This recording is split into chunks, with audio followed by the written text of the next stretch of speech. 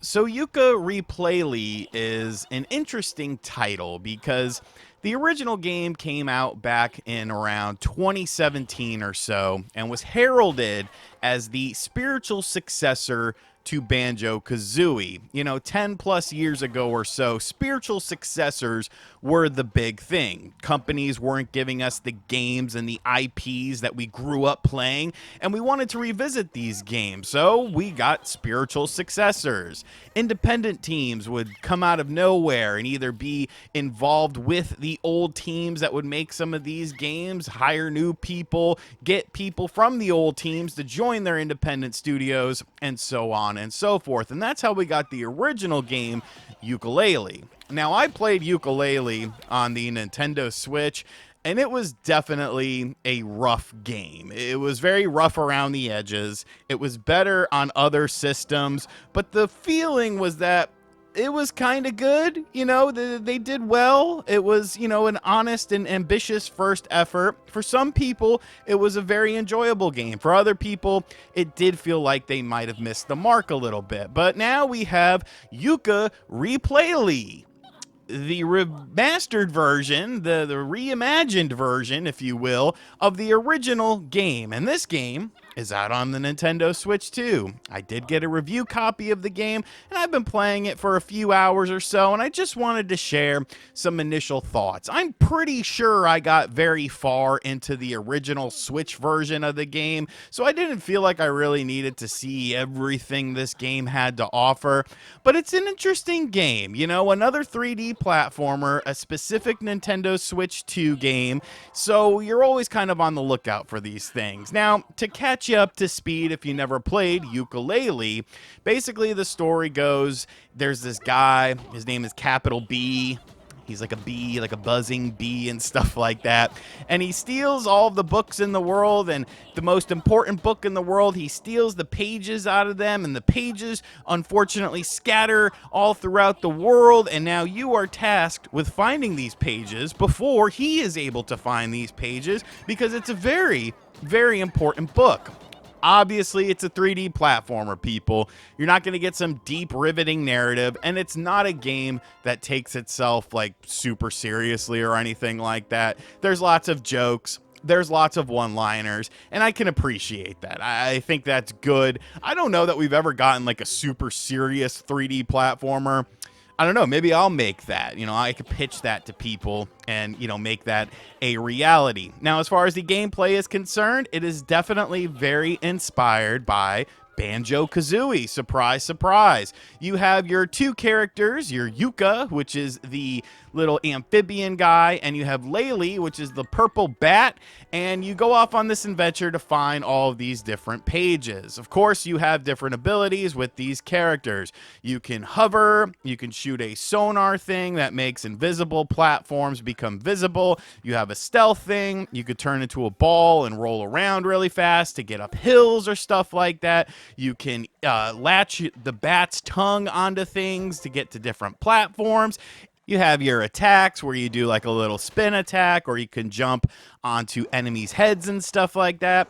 It's a 3D platformer. I think you do have a decent variety in how you're able to handle different scenarios and situations. And I do think that the game feels a lot better than it did with the original Switch version of the game. You have the camera itself that you can control with the second analog stick. It definitely feels a lot more responsive in that regard, and it just feels like, there's a better connection between Yooka and Laylee in terms of the controls than there was in that original Switch version. I didn't play the game on other platforms, so I can't really compare it to that. But I just remember that was kind of something that stuck out in my mind.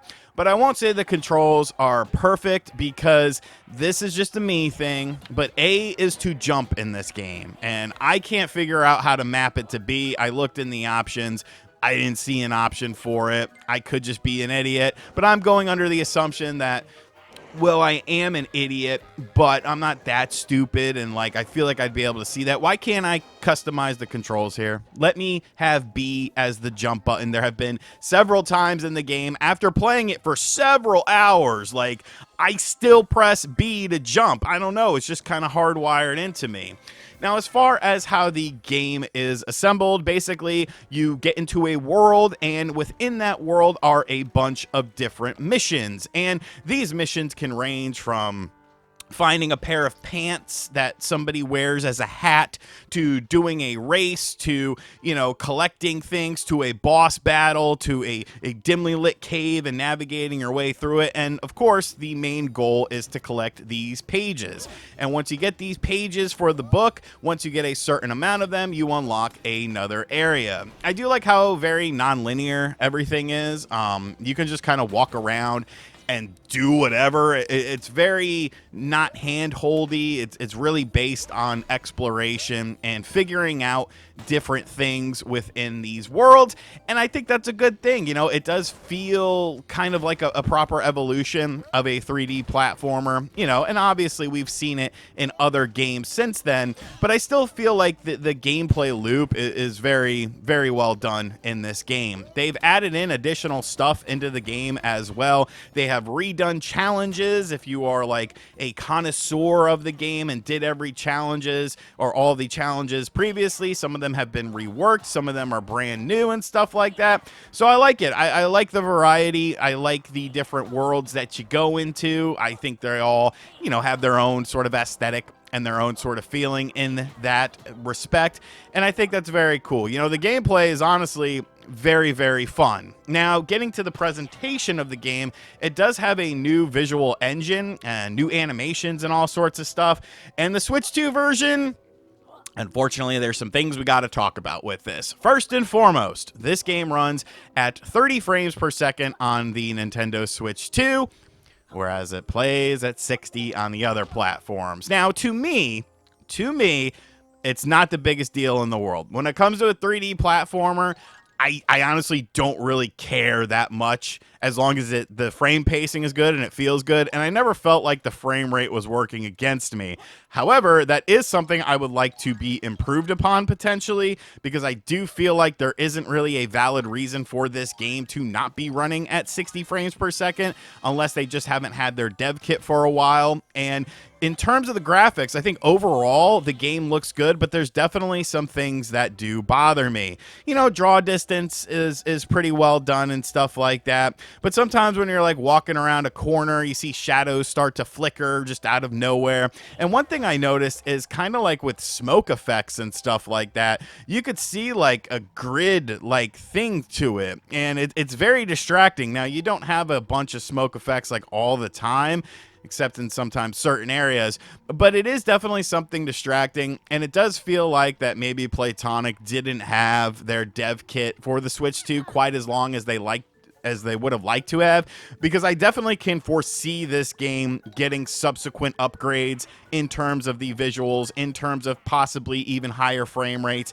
and in terms of fixing some of these graphical issues that seem to be prevalent on the Switch 2. Now, this is also a budget game. It's $30 unless you want to buy the game physically, then it's $50, because welcome to physical gaming. So I will give it a little bit of leeway in there. You know, it's not necessarily fair to compare it to like a $70 platformer or something, but it is noticeable, and it is something that I feel like needs to be worked on.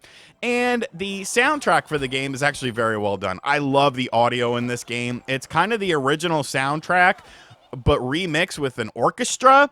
And, like, it sounds so good. Like, it sounds phenomenal, honestly. And I was actually quite impressed with how much I really dug the audio presentation in the game. Like, that snow level sounds just so whimsical. Like, I want to put up my Christmas tree.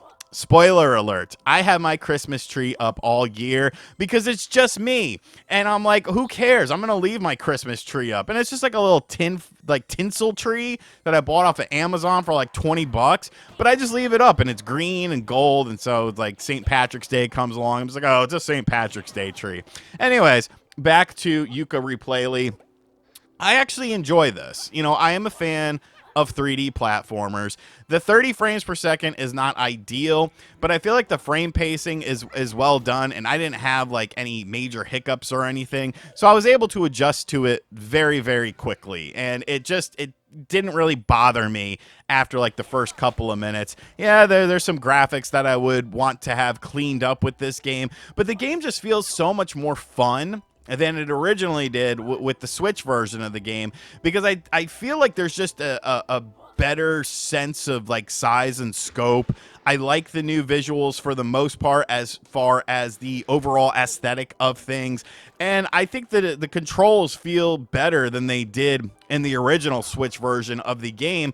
So this is enjoyable, man. Like, if you're a fan of 3D platformers, like if you want to pick up the game digitally for $30, like you know, you could do much worse. You know, you could do much worse in terms of games, you know, that have some technical problems on the Switch too.